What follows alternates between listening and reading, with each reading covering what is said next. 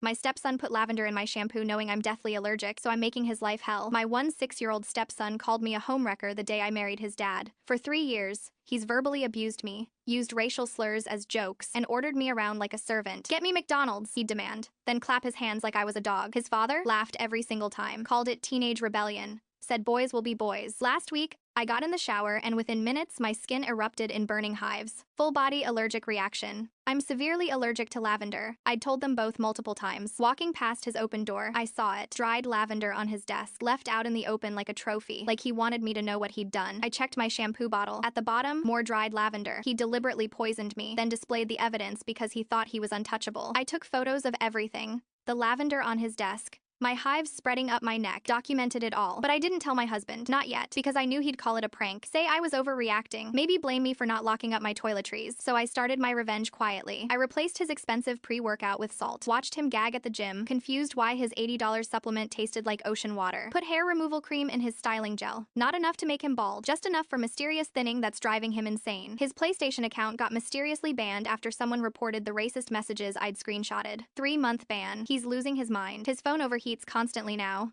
I've been slowly increasing the temperature with a modifier app. He's on his 3rd replacement. His basketball shoes? I loosened the stitching. They exploded mid-jump during the championship game. Scouts watched the sole flap loose as he stumbled. His team lost by 15. He sat on the bench crying. His college recommendation letter from his favorite teacher? I forwarded her screenshots of him bragging about bullying. She withdrew it. But the masterpiece. I found his burner Instagram where he sells weed to kids at school. Screenshots sent anonymously to the principal. Investigation started Monday. His father still doesn't know about the lavender. I'm saving that revelation for court. See, attempted poisoning is assault. With my medical records, the photos, and his escalating violence, my lawyer says I'll get everything. The house, alimony, and a restraining order. They think I'm weak because I took the abuse quietly, but I wasn't weak. I was planning. Tomorrow when the school calls about drugs, when his PlayStation stays banned, when his college dreams crumble, when his shoes are still in pieces, when his father gets served divorce papers citing attempted assault with a known allergen, then they'll understand. The sensitive homewrecker they mocked was actually documenting everything, building a case, destroying them legally while they laughed at their own cruelty.